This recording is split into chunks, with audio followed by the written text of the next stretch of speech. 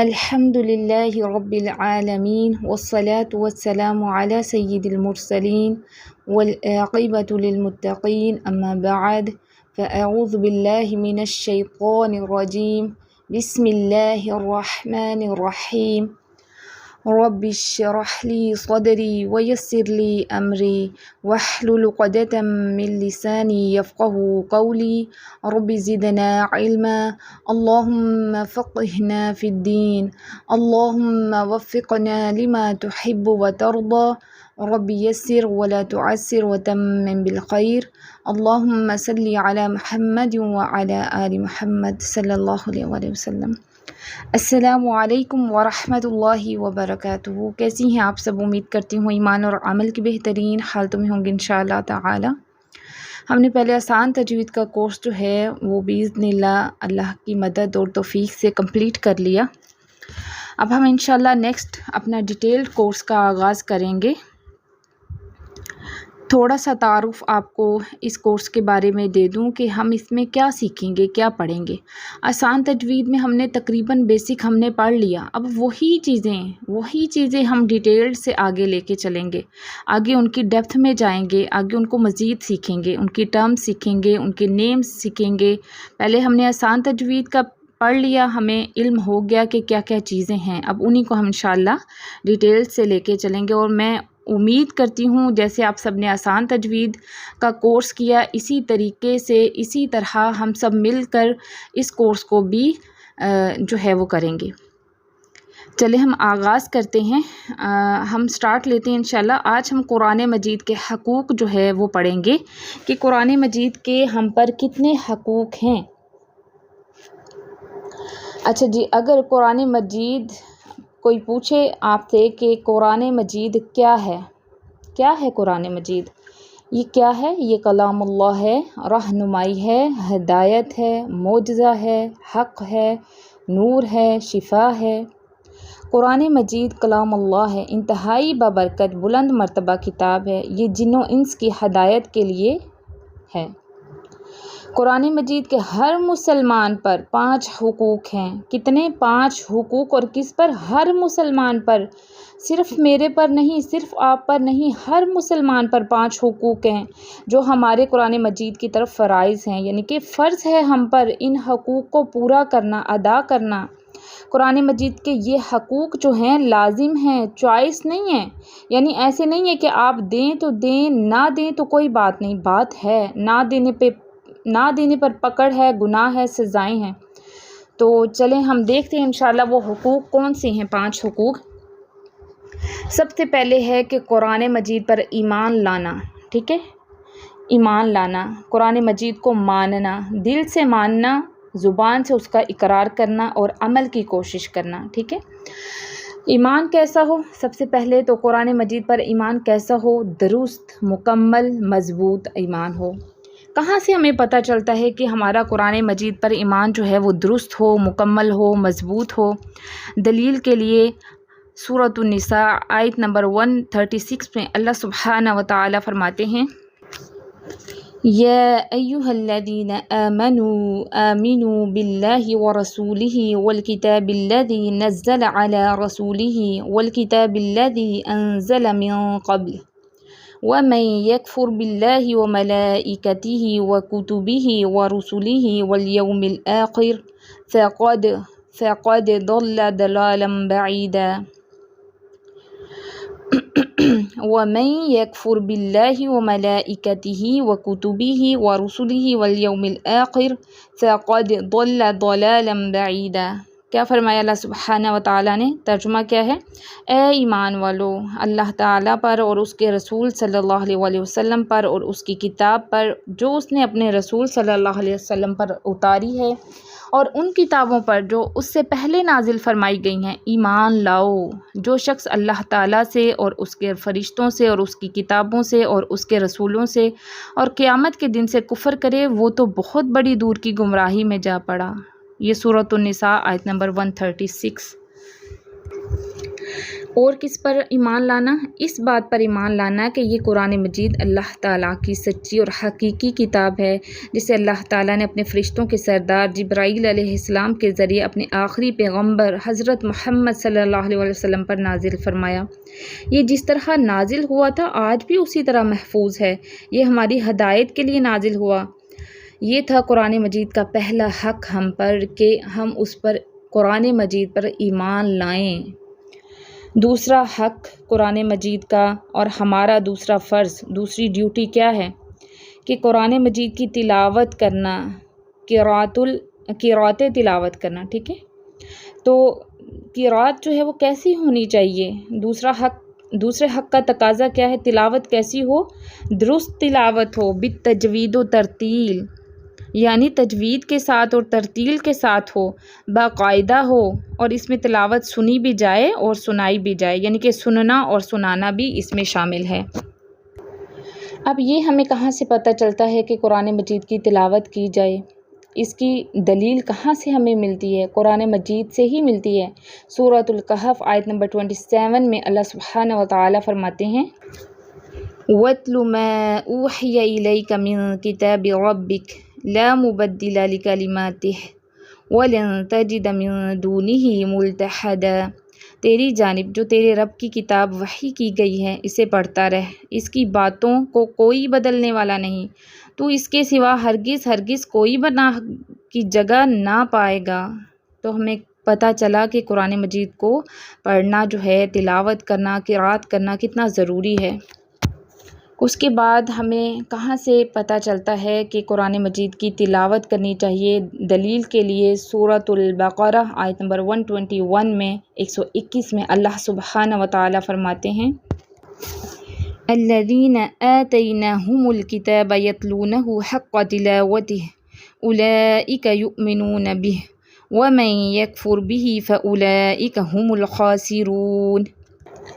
جن لوگوں کو ہم نے کتاب دی ہے وہ اس کو ایسا پڑھتے ہیں جیسا اس کے پڑھنے کا حق ہے، یہی لوگ اس پر ایمان رکھنے والے ہیں، اور جو اس کو نہیں مانتے وہی خسارہ اٹھانے والے ہیں۔ یہ سورۃ البقرہ آیت نمبر 121 ہے۔ بے شک اللہ تعالیٰ پسند فرماتا ہے کہ قرآن جس طرح اترا ہے اسے اس طرح ہی پڑھا جائے۔ یہ ابن خزیمہ کی روایت ہے۔ قرآن مجید کا تقاضا کیا ہے کہ سب سے پہلے اس کی درست تلاوت کی جائے، اور اگر کوئی درست تلاوت ہی نہیں کرتا تو کیا اس کا ایمان پورا ہے؟ اس کا ایمان مکمل نہیں ہے۔ یہ بہت اہم نقطہ ہے۔ ابن خزیمہ کی روایت ہے کہ حدیث ہے کہ نبی اکرم صلی اللہ علیہ وسلم نے فرمایا بے شک اللہ تعالیٰ پسند فرماتا ہے کہ قرآن مجید جس طرح اترا ہے اسے اسی طرح پڑھا جائے۔ اس کا مطلب کیا ہے کہ اللہ سبحانہ وتعالیٰ نے یہ قرآن مجید پہلے جبرائیل علیہ السلام کو بتایا، ان کو سنایا، سکھایا، کیونکہ وہی میسنجر تھے۔ وہ اللہ کے حکم سے اس کو قرآن کو اسی طرح لے کر نبی اکرم صلی اللہ علیہ وسلم کے پاس آئے اور ان کو پڑھایا اور سکھایا۔ پھر نبی اکرم صلی اللہ علیہ وسلم نے اپنے ساتھیوں صحابہ کرام رضی اللہ تعالیٰ عنہم جو ان کے ساتھی تھے ان کو سکھایا، جو ان کے مشن میں ان کے مددگار تھے، سپورٹرز تھے، باذن اللہ بہترین انسان تھے، ان کو سکھایا۔ انہوں نے قرآن مجید کو سیکھا، سمجھا، لکھا، جمع کیا، کمپائل کیا۔ پھر آگے ان کے بعد جو ان سے اگلی نسل تھی وہ تابعین تھے، ٹھیک ہے، انہوں نے بھی اسی طرح صحابہ کرام رضی اللہ تعالیٰ عنہم سے قرآن مجید سیکھا۔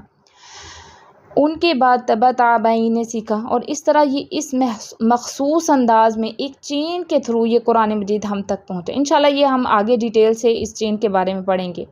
ان بزرگوں نے جن کو ہم کہتے ہیں سلف صالحین، ہمارے یعنی مسلمانوں میں جو نیک لوگ گزرے ہیں نا، نیک بزرگ لوگ، وہ پچھلی صدیوں میں جو گزرے تھے، انہوں نے اپنی پوری زندگیاں اس کو سیکھنے میں لگا دیں، قرآن مجید کو سیکھنے سکھانے میں، اس کو جمع کرنے میں، اس کی حفاظت کرنے میں باذن اللہ، اور اس کو نافذ کرنے میں، امپلیمنٹ کرنے میں۔ اب ہم اتنا بھی نہیں کر سکتے کہ قرآن مجید کو صحیح طرح اس لہجے میں پڑھنے کی کوشش کریں جس میں نبی اکرم صلی اللہ علیہ وسلم نے پڑھا تھا، صحابہ کرام رضی اللہ تعالیٰ عنہم نے پڑھا تھا۔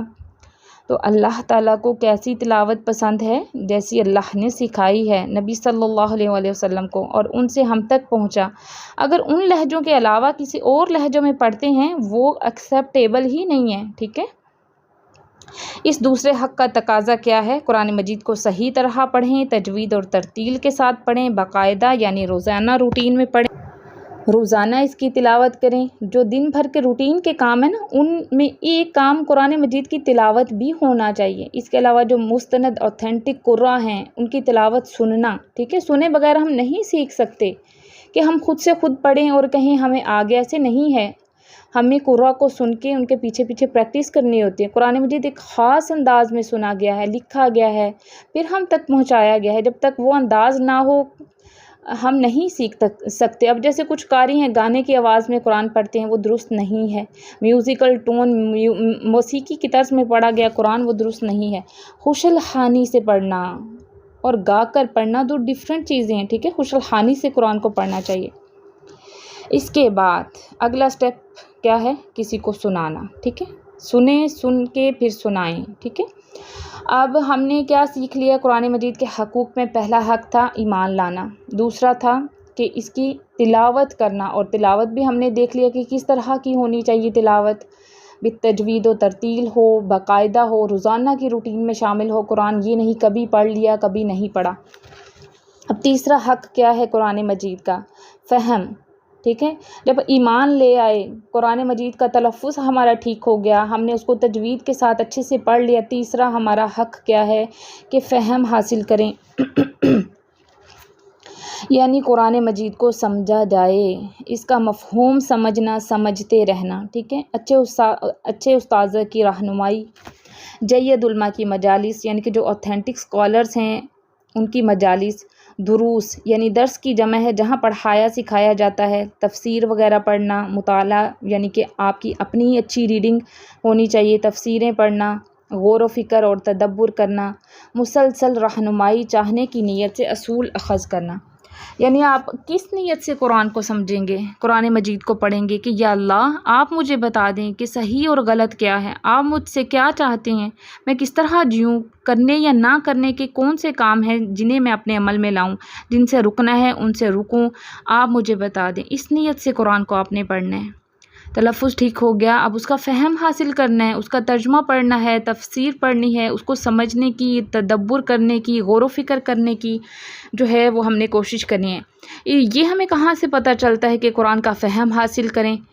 دلائل کے لیے سورۃ محمد آیت نمبر 24 میں اللہ سبحانہ و تعالی فرماتے ہیں افلا يتدبرون القرآن ام على قلوب اقفالها، بھلا یہ لوگ قرآن میں غور و فکر نہیں کرتے یا ان کے دلوں پر قفل یعنی کہ تالے لگ گئے ہیں؟ یعنی کہ یہ کیا غور و فکر نہیں کرتے قرآن مجید میں؟ یہ نہیں کہ صرف قرآن کو بس ہم تجوید کے ساتھ پڑھ لیا تو بس اب اس کو عربک میں ہی پڑھتے جائیں، نہیں، اس کو سمجھیں، اس پہ غور و فکر کریں، تدبر کریں۔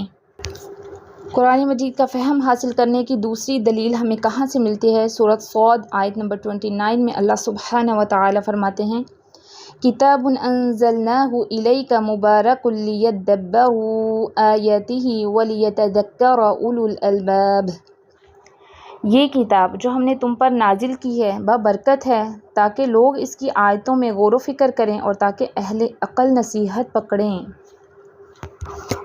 جو دین میں سمجھ بوجھ حاصل نہیں کرتا اللہ تعالیٰ اس کی کوئی پرواہ نہیں کرتے۔ یہ فتح الباری سے لیا گیا ہے۔ یہ بہت بڑی بات ہے کہ آپ صرف تجوید میں ہی اٹک کے نہ رہ جائیں۔ قرآن مجید کو پڑھنے کا جو پہلا سٹیپ ہے کہ قرآن مجید کو صحیح طرح پڑھنا سیکھیں، لیکن صرف یہ ہی نہ رہیں، یعنی کہ صرف اسی پہ نہ رہیں، بلکہ اس کے ساتھ ساتھ اصل مقصد ہے نزول قرآن کا، اس سے ہدایت حاصل کرنا، وہ ذہن میں رہے، اس کے لیے بھی کوشش ہو، سمجھ بوجھ بھی ضروری ہے۔ تو تیسرے حق کا کیا تقاضا ہے کہ قرآن مجید کے ساتھ مسلسل رابطہ ہو، ایسا نہ ہو کہ آپ اس کو کبھی کبھی کھولیں، بہت یوز میں آنے والا تعلق ہو اس قرآن مجید سے آپ کا، کیونکہ جس چیز کو ہم نے سمجھنا ہو تو پھر اسے بار بار پڑھتے ہیں، کھولتے ہیں۔ ایک امام تھے، انہیں ایک مسئلہ سمجھ میں نہیں آ رہا تھا، انہوں نے کئی ہزار دفعہ اس کو پڑھا، کئی ہزار دفعہ، ایک مسئلہ سمجھ میں نہیں آ رہا، اس کے لیے انہوں نے کئی ہزار دفعہ قرآن مجید کو کھولا، پڑھا۔ یہ ہوتا ہے قرآن سے درست تعلق۔ ہم کیا کرتے ہیں، بس جی آج ہم نے کلاس جوائن کی ہے، پہلے پوچھتے ہیں کہ یہ کورس کتنے دن کا ہے، کب ختم ہوگا، ہمیں ختم کرنے کی جلدی ہے، ہم مقصد بھول جاتے ہیں کہ ہم ادھر کس لیے آئے ہیں. ہم سیکھنے کے لیے آئے ہیں، تو سیکھنے کا عمل آہستہ آہستہ ہی ہم سیکھتے ہیں، یکدم سے نہیں ہم سارا کچھ لے سکتے. تو پہلے جو لوگ تھے، یعنی کہ ایک جو امام تھے، انہوں نے کئی ہزار دفعہ قرآن مجید کو کھولا، پڑھا اور پھر ان کو سمجھ آئی. اب صحابہ کرام رضی اللہ تعالیٰ عنہ نے صرف سورۃ البقرہ کی سمجھ بوجھ کے لیے 8 سال لگائے. 8 سال لگائے، اور ہم کہتے ہیں آج ہم کلاس میں آئے ہیں تو 1 مہینے میں ہمیں سارا قرآن آ جائے. کیونکہ ہمارا جو قرآن کے ساتھ تعلق ہے نا، وہ بس اس طرح کا ہے کہ بس جلدی جلدی ہمیں سب کچھ جلدی چاہیے. ہم غور و فکر نہیں کرتے، کلاس کو صرف ایز اے کلاس لیتے ہیں کہ بس ٹھیک ہے آپ کلاس لے لیے تو ہم نے جوائن کیا ہوا، تو اب بس لیسن بھیجنا ہی بھیجنا ہے. غور و فکر نہیں کرتے، سمجھتے نہیں ہیں، اس کلاس سے فائدہ نہیں اٹھاتے. قرآن مجید کا چوتھا حق. پہلا حق کیا تھا؟ ایمان لانا. دوسرا تلاوت کرنا، قرات کرنا. تیسرا پھر فہم حاصل کرنا. اب چوتھا حق کیا ہے قرآن مجید کا، اور ہمارا فرض ہے کہ ہم ایسا کریں. وہ کیا ہے کہ عمل. جو سیکھا سمجھا اس کو عمل میں لانا. ٹھیک ہے، عمل میں لانا یعنی کہ آپ نے تجوید کے جتنے قواعد سیکھے اس پہ عمل کرنا، اس کو پریکٹس میں لانا. تجوید سے قرآن مجید کا مطلب یہ نہیں کہ بس آپ کتابیں رٹ لیں، تھیوری آپ کو ساری آتی ہو لیکن آپ کی عمل میں وہ چیزیں نہ ہوں. تو یہ چیز نہیں ہونی چاہیے، اس کو عمل میں لانا. جیسے اب قرآن کو آپ نے سمجھ کر پڑھ لیا، اس میں جو احکامات اللہ سبحانہ و تعالیٰ نے ہمیں بتائے ہیں ان پہ عمل کرنا، یعنی اپنی روٹین میں لانے کی کوشش، اپنی زندگی کا حصہ بنانے کی کوشش، پریکٹس میں لانا، اپنے مسائل کو اس کے مطابق حل کرنا. جو بھی مسئلے مسائل ہیں اس کا حل قرآن میں ڈھونڈا کریں. یقین کریں اللہ سبحانہ و تعالیٰ کی جو آیات ہیں وہ ہمارے لیے ہی ہیں اور اس میں ہمیں حل ملتا ہے. بس ہم ہی ٹائم نہیں لگاتے، وقت نہیں لگاتے. پوری زندگی اس کے مطابق گزارنا. جب آپ کوشش کریں گے نا، اللہ تعالیٰ سے دعا مانگیں کہ اللہ تعالیٰ راستہ بھی آسان کر دیں گے. قرآن مجید ایک مکمل ضابطہ حیات ہے. اس میں ہر مسئلے کا حل موجود ہے، یعنی ہر معاملے میں رہنمائی ملے گی اگر آپ چاہیں گے. بس اندر کی روشنی، بصیرت بہت ضروری ہے. دلائل کے لیے سورۃ الانعام آیت نمبر 155 میں اللہ سبحانہ و تعالیٰ فرماتے ہیں وَهَذَا كِتَابٌ أَنزَلْنَاهُ مُبَارَكٌ فَاتَّبِعُوهُ وَاتَّقُوا لَعَلَّكُمْ تُرْحَمُونَ. ترجمہ کیا ہے؟ اور یہ کتاب ہے، ہم نے نازل کیا ہے، اسے برکت والی ہے، بس پیروی کرو اس کی اور پرہیزگاری اختیار کرو تاکہ تم پر رحم کیا جائے. آگے ہے کہ تم میں سے کوئی بھی اس وقت تک ایمان والا نہیں ہو سکتا جب تک اس کی خواہش اس چیز کے تابع نہ ہو جائے جو میں لے کر آیا ہوں. میں کون؟ نبی صلی اللہ علیہ وسلم. اور نبی پاک صلی اللہ علیہ وسلم کیا لے کر آئے تھے؟ قرآن و سنت. چوتھا حق قرآن مجید کا کیا ہے؟ اس پر عمل کرنا.